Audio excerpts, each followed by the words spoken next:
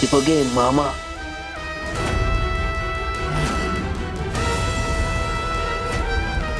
तुला जे करायचंय ना ते कर जा. मी घाबरत नाही तुला. आणि तुला असं वाटत असेल अशा या फालतू धमक्या देऊन प्लॅन करून मी त्या जमिनी माझ्या हातातनं सोडून देईन, तर असलं काही होणार नाहीये.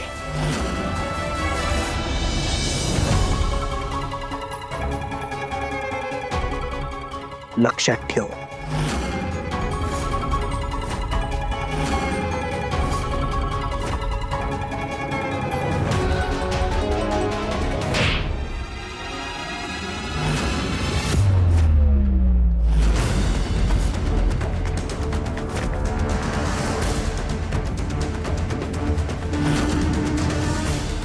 आई, अगं इज्जत काढली आहे ना माझी, इज्जत काढली. हेच हेच बघायचं बाकी होतं का? तुझ्यावर उपकार करतोय असं समज. अजून पण मी तोंड उघडलेलं नाही.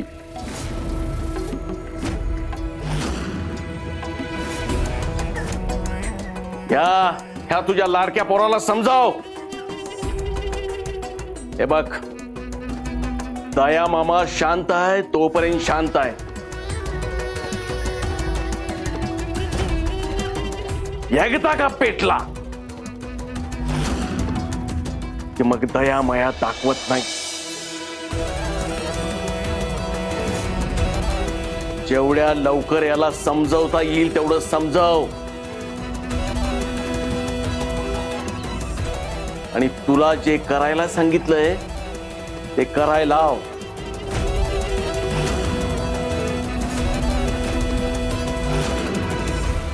नाहीतर तुला माहितच आहे मी काय करेन ते.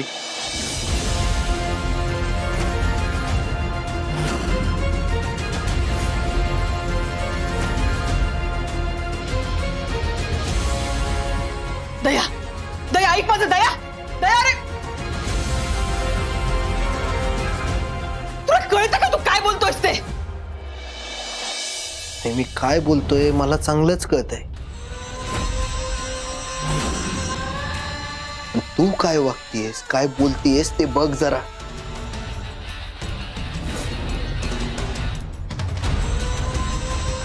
मला एक गोष्ट कळत नाही आई, ह्या मामा समोर तुझी अशी गरीब गाय का होते? त्याच्याकडं असं काय गुपित आहे तुझं की तो तुला स्वतःच्या तालावर नाचवतोय? एवढी का घाबरतेस आई त्याला? मी त्याला घाबरत नाही, पण ना त्याच्या तालावर मी नाचते.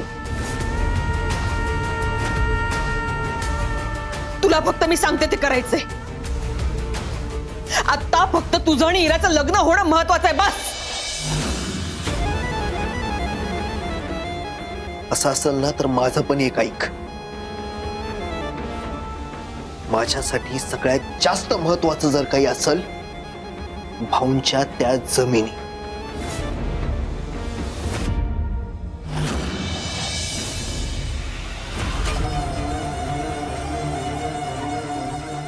किती हट्टी झालायस तू. तुझा हेकेखोरपणा तुझ्या आईच्या शब्दापेक्षा मोठा झालाय का? मान्य आहे ना, मला मान्य आहे तू जमिनी मिळवण्यासाठी खूप काही केलंयस,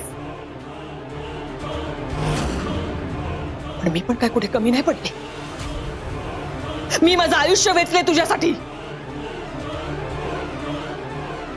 तुझ्या भावांपेक्षा जास्त महत्व मी तुला दिलंय, तुझ्यावर प्रेम केलंय, तुझी प्रत्येक गोष्ट ऐकली. आणि तू काय केलंस? तू माझ्यावर ओरडतोयस आता,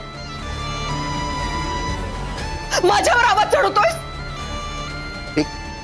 एक मिनिट आई.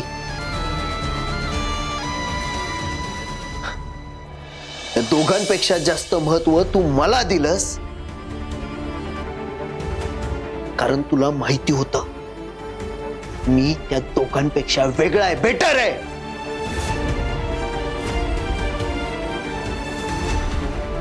तू कायम माझी बाजू घेत गेलीस कारण तुला माहिती होतं की हीच बाजू तुझ्याही फायद्याची आहे. तू नेहमी माझं ऐकत गेलीस कारण तुला माहिती होतं की जर तू त्यांचं ऐकलंस तर त्यांच्या सोबत तुझी सुद्धा वाट लागल.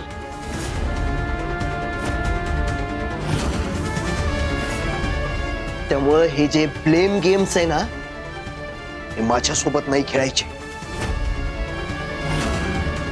तू आजपर्यंत जे काही केलंस ते माझ्यासाठी नाही, स्वतःच्या स्वार्थासाठी केलंयस फक्त. धैर्य, मी तुला जन्म दिला हे विसरू नकोस. जरी जन्म दिला असलास याचा अर्थ असा होत नाही की माझं आयुष्य तुझं झालंय.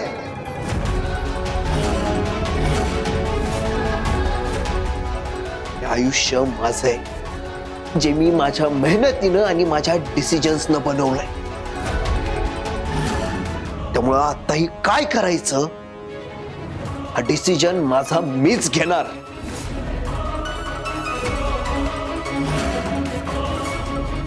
आणि तो डिसिजन फायनल झालाय. काहीही झालं तरी त्या जमिनी मी सावीला देणार नाही. बस, हा विषय इथंच संपलाय. धैर्य, धैर्य माझा ऐक. धैर्य, धैर्य.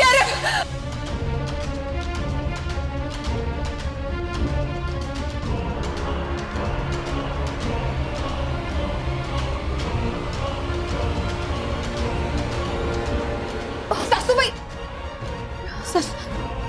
तुम्ही या बरं. इथं बसा. सावकाश या, आरामात बसा.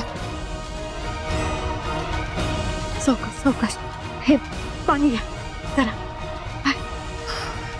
या.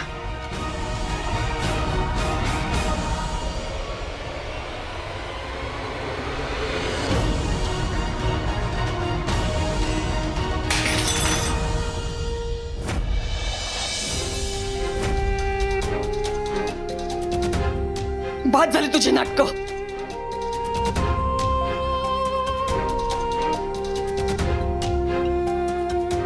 खुश आहेस?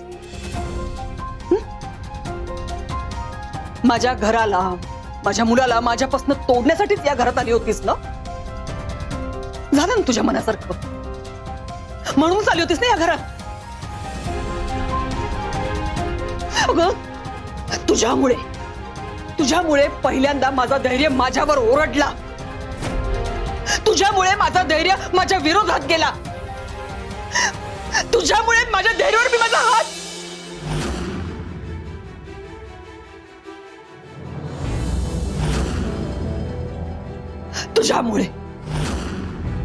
तुझ्यामुळे धैर्याने आज माझा शब्द मोडला. तू त्याचा इगो इतका दुखावलायस ना की त्याच्या समोर त्याला त्याची आई सुद्धा दिसेनाशी झाली. आणि हे सगळं ना फक्त तुझ्यामुळे झालंय. सॉरी सासूबाई, पण हे सगळं माझ्यामुळे नाही झालं. हे बोलताना मला खूप वाईट वाटतंय, पण हे सगळं तुमच्यामुळे झालंय.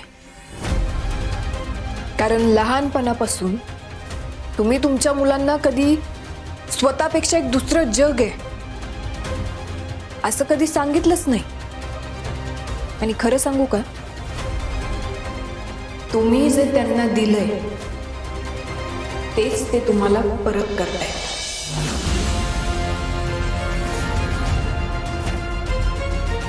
काळजी घ्या. काय लागलं तर सांगा.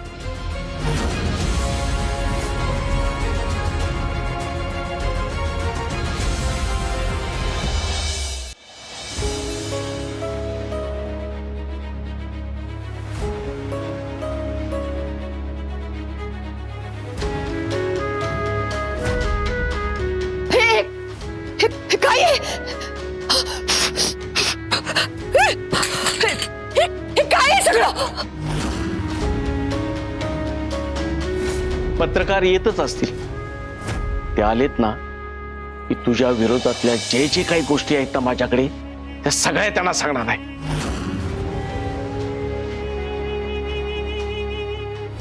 त्यांच्या हाताला किती आणि कुणाकुणाचं रक्त लागलंय तेही कळू दे. त्या नायकांच्या घराशी असलेले वैर किती जुनं आहे ते पण कळू दे.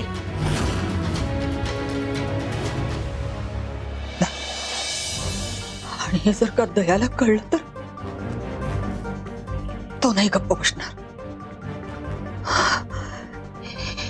इतकी वर्ष सगळं पुरून ठेवलेल्या गोष्टी अशा वर नाही येऊ शकत. नाही नाही, हे सगळं लोकांना कळलं तर मी नाही नाही.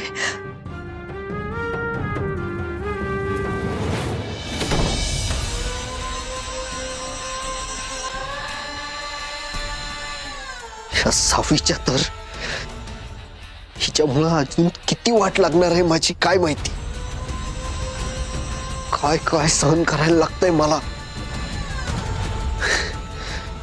याआधी फक्त भास्कर आणि विलासदादा तोंड सोडून बोलत होते.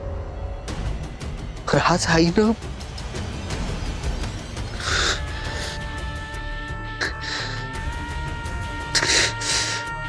आई सुद्धा माझ्या विरोधात गेली.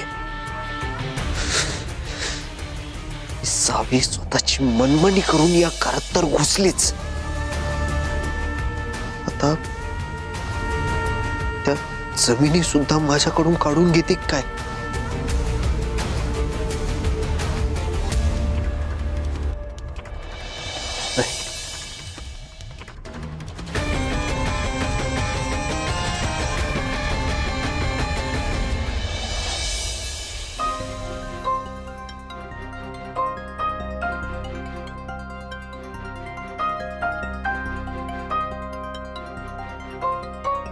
असं काय झालं असेल की त्या जमिनी सोड म्हणून सासूबाईंनी धैर्यावर हात उचलला.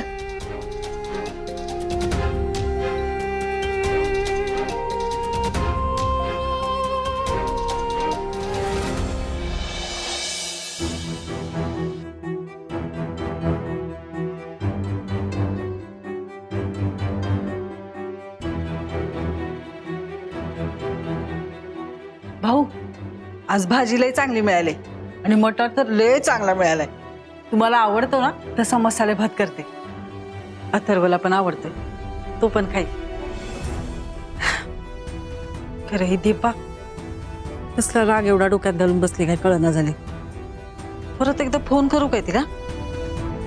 ए बाळांनो आवरा की पटापटा. अरे काय रे पोरांनो, एवढं साधं गणित तुम्हाला सुटाना होय. हा कसं व्हायचं तुमचं. तुम्हाला जे सूत्र शिकवलं की नाही त्याचा वापर करून हे गणित सोडवा बघू. सोपं आहे. हा करा सुरू. लवकर लवकर करा, मला तुम्हाला अजून एक गणित द्यायचं आहे. हा नीट. ए इकडे तर बघू नको त्याचा. भाऊ, कुणा संग बोलायला लागलाय तुम्ही. कुणीच नाहीये तिथं. असं काय करायला जाणू राधा. तुझ्या चष्म्याचा नंबर बदलला की काय. बघ की लेकरं बसल्यात समोर, मी त्यांना गणित शिकवतोय. एवढी साधी गोष्ट दिसना वगैरे तुला. बरं जाऊ दे, मला डिस्टर्ब नको करू. पोरांना गणित शिकवायचं. सोडवा रे पटापटा. चला ये नका घालवू. हा केतन, केतन, अरे अरे बघ की, मला असं वाटतं की आपण भाऊंना डॉक्टरकडे न्यायला पाहिजे. मग सांग की तुझ्या कर्तबगाराने लाडक्या लेकीला. नाही तसं पण तिला असंच वाटतंय ना की भाऊंची सगळी काळजी तिलाच आहे. मग घेऊ दे की तिलाच काळजी. मला कशाला सांगायलास. केतन, अरे चला ए पुढचं गणित घ्या. 6ला 3 बघा बघू.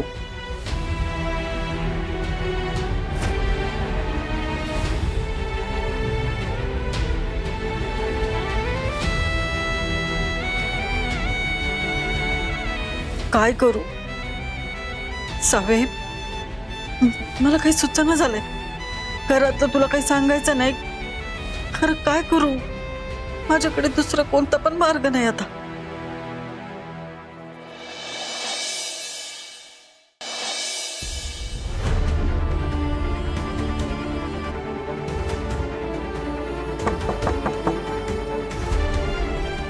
धैर्य,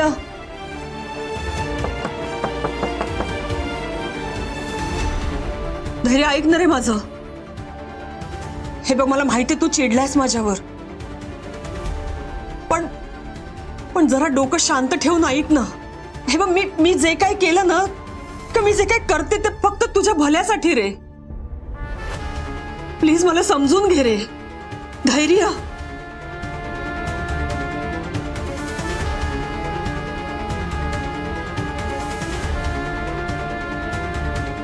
धैर्य, हे बघ, तुला इराशी लग्न नाही ना करायचं, मग नको करूच.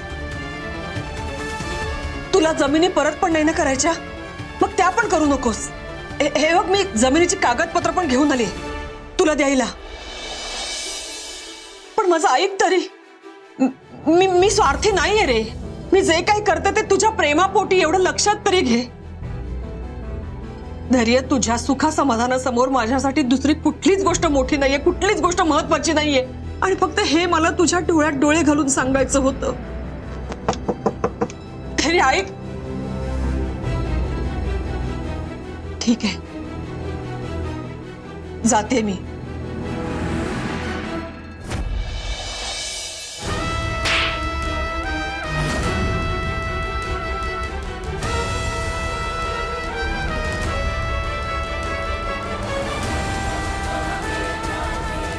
बस, आता लिमिटची सुद्धा लिमिट क्रॉस झाली.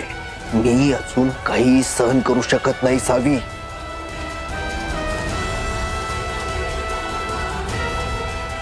आई,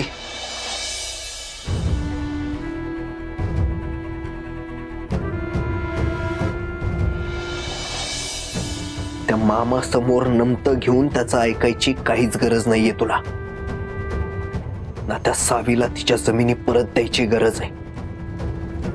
हे सगळं न करता तिचा माज उतरून तिला तिची जागा दाखवायची आहे. तू चल माझ्यासोबत.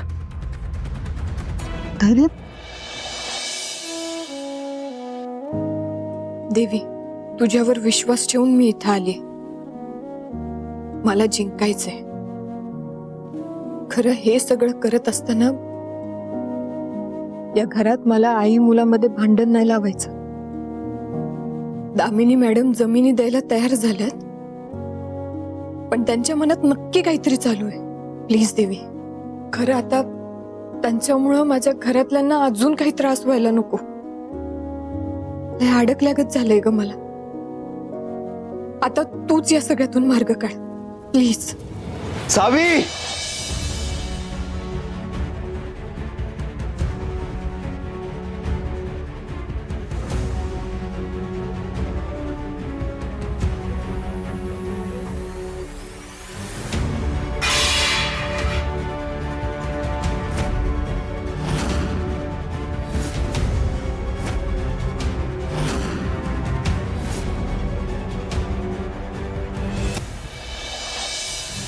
बस झाली तुझी नाटकं.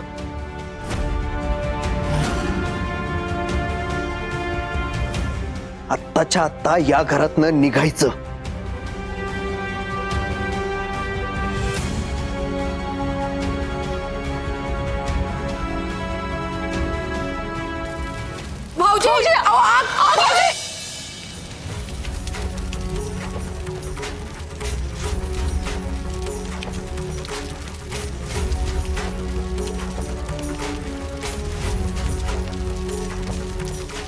वहिनी,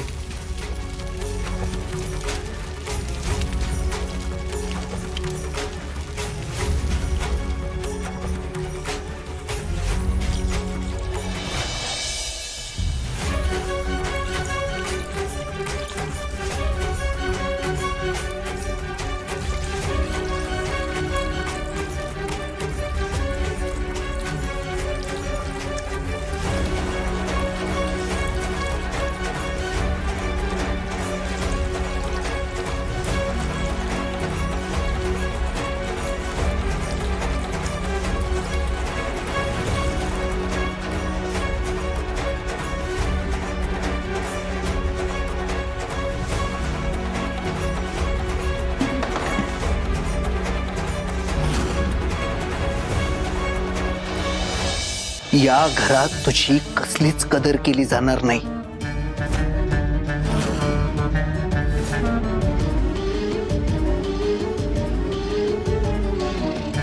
लई सहन केलं तू, लई बघितली तुझी नाटकं.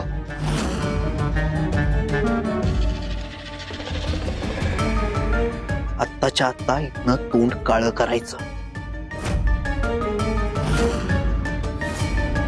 फक्त तुझ्यामुळं पहिल्यांदा मी माझ्या आईशी भांडलो.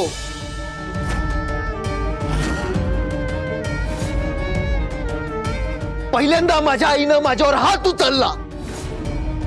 घरात आली तेव्हा काय म्हणली होतीस ग? की भाऊंच्या जमिनी परत मिळवून दाखवीन, आपलं लग्न झालंय ते निभावून दाखवीन.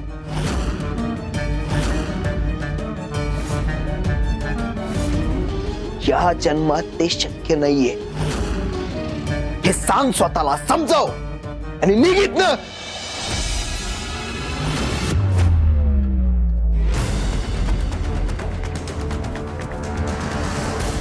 धैर्य, तुम्ही मला असं घराबाहेर नाही काढू शकत.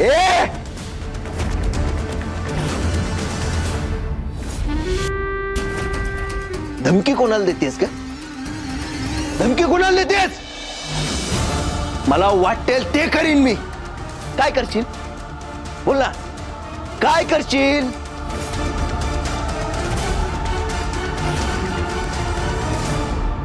तुझा तो व्लॉग सुरू करून लोकांसमोर बोंबाबोंब करशील? कर.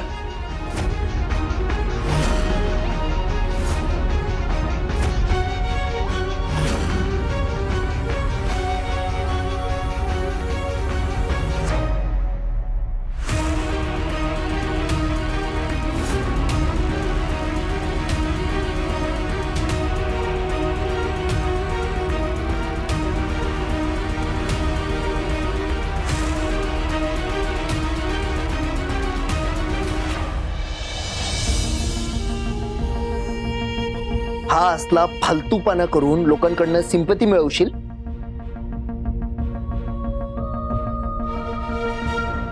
की पोलिसात जाऊन तक्रार करशील माझी? जा, आत्ताच्या आत्ता जा. तुला जे करायचंय ना ते कर. काही फरक पडत नाही मला. तू पोलिसात जा, लोकांकडे जा, नाहीतर कोर्टात जा.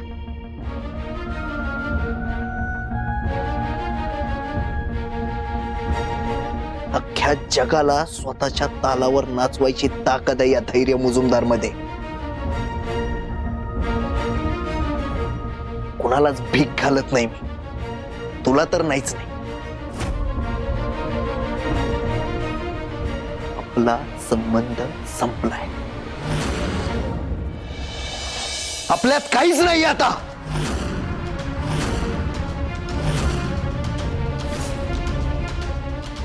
त्यामुळं आज आता या क्षणापासून तुझं तोंडही बघायचं नाहीये मला.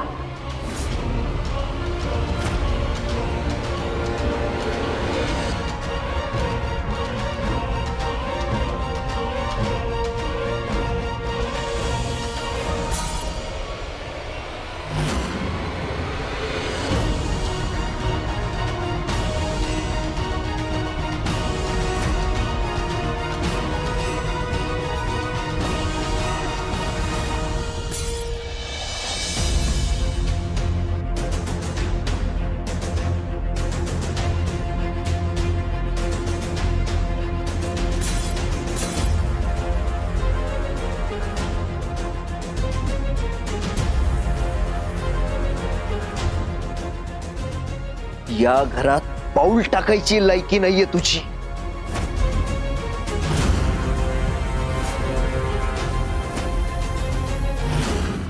या घरात कवडीची किंमतही नाहीये तुला.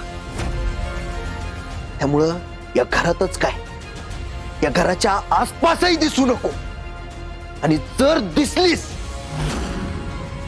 तर हा धैर्य मुजुमदार काय करेल याचा अंदाजही नाहीये तुला.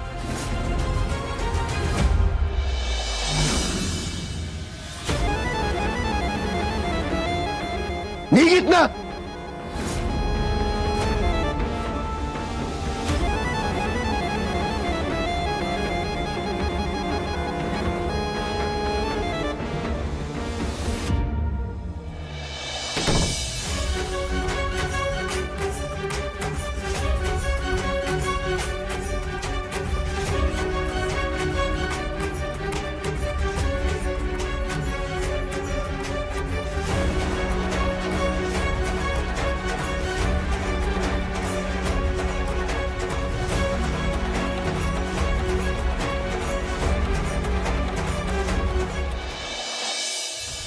आई, भास्करनं ज्या वकिलाला बोलवलं होतं त्याला आजच्या आज परत बोलवा. आजच्या आज काही करून डिवोर्सची प्रोसेस सुरू झाली पाहिजे. धैर्य, ते मागच्या टायमाला वकील जे बोलले होते ते सगळं करायचं ना. जे काही करायला लागेल ते सगळं करेन मी. पूर्वीपासून डिवोर्स घेण्यासाठी मी वाटेल ती लेवल क्रॉस करायला तयार आहे.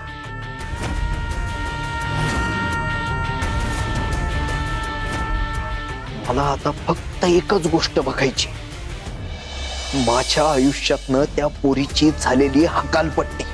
हा, आता खऱ्या अर्थानं मुजुमदाराचं रक्त तुझ्या अंगात सळसळत आहे असं वाटायला लागलंय बघ. अरे म्हणजे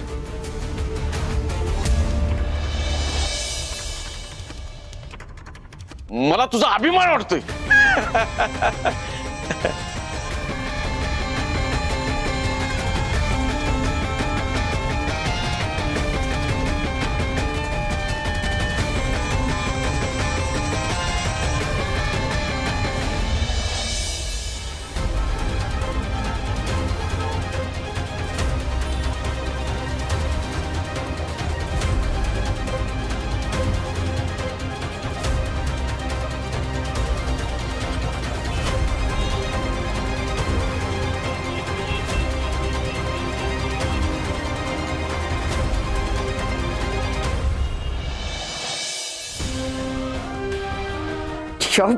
या सगळ्या गोष्टी माझ्या डोक्यात का धिंगाणा घालताय?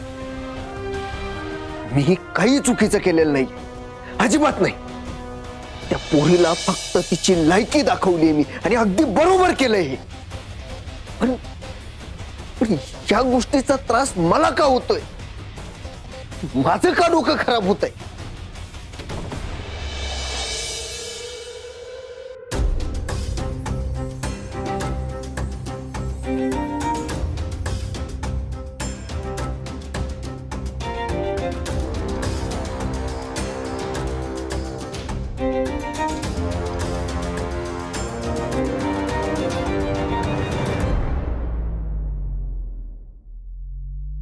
धैर्य, माफ कर मला. मी मगाशी इन्व्हेस्टर समोर जे वागले ते चुकीचंच होतं. आणि धैर्य, मी तुझ्यावर हात पण उचलायला नको होता. मी तुला कसं सांगू हे सगळं? आई, तुला काही सांगायची गरज नाही. तुझ्यासाठी माझा इम्पॉर्टन्स असेल नसेल माहिती नाही, पण माझ्यासाठी माझ्या आयुष्यातली सगळ्यात महत्वाची व्यक्ती फक्त तू होतीस. आजही आहेस आणि आयुष्यभर तूच असशील. तुझ्या शब्दासाठी मी वाटेल ते करायला तयार आहे. तुला त्या सावीला या घरातनं गेलेलं बघायचं होतं ना?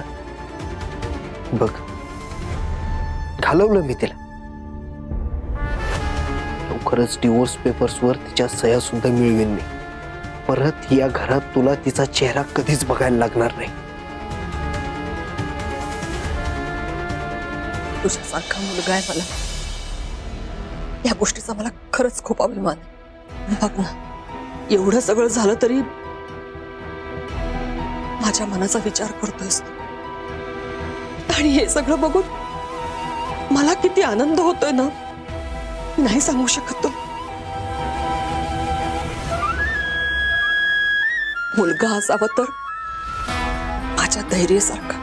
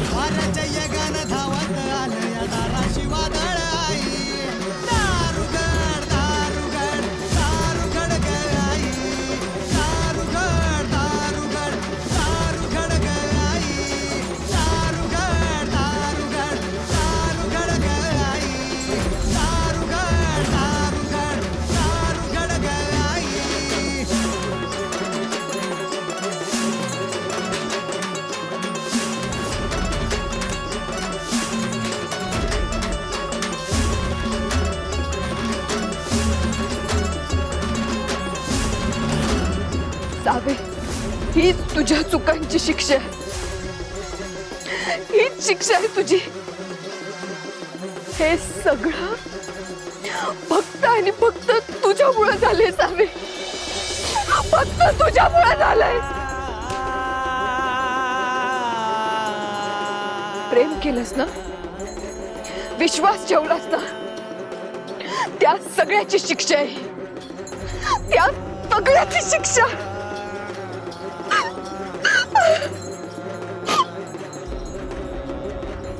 कायम सत्याच्या बाजूला उभं राहिलीस. सगळ्यांवर विश्वास ठेवलास. त्याच विश्वासाची शिक्षा आहे. त्याच विश्वासाची शिक्षा.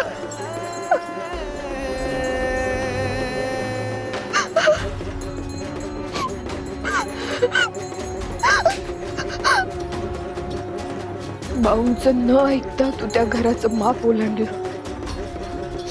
कायम दुसऱ्यांचा विचार करत राहिली.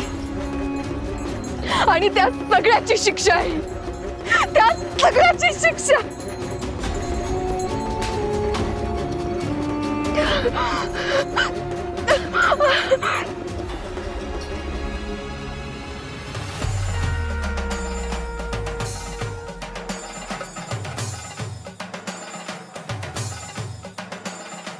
पोरे असं का स्वतःला तरस करून घेतोस? काय होणार आहे त्यांना? तुझ्यावर येळ आणलंय, त्यांना शिक्षा दे. स्वतःवर जुलूम करून घेऊ नकोस. जुलमा विरोधात आसूड चल. आता आराचं येळ नाही पोरी, आता लढाचं आहे. जा अन्याय संपून टाक पोरी. देवी आई तुझं पाठीशी आहे. जा लढ जा.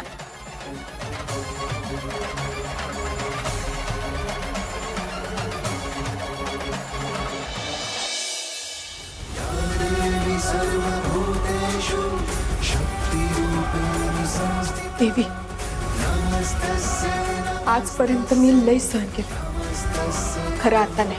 आता मी माझ्या ध्येयापासून मागं हटणार नाही. जे ठरवलं ते पूर्ण करूनच राहणार. मला ताकद दे, लढण्याचं बळ दे.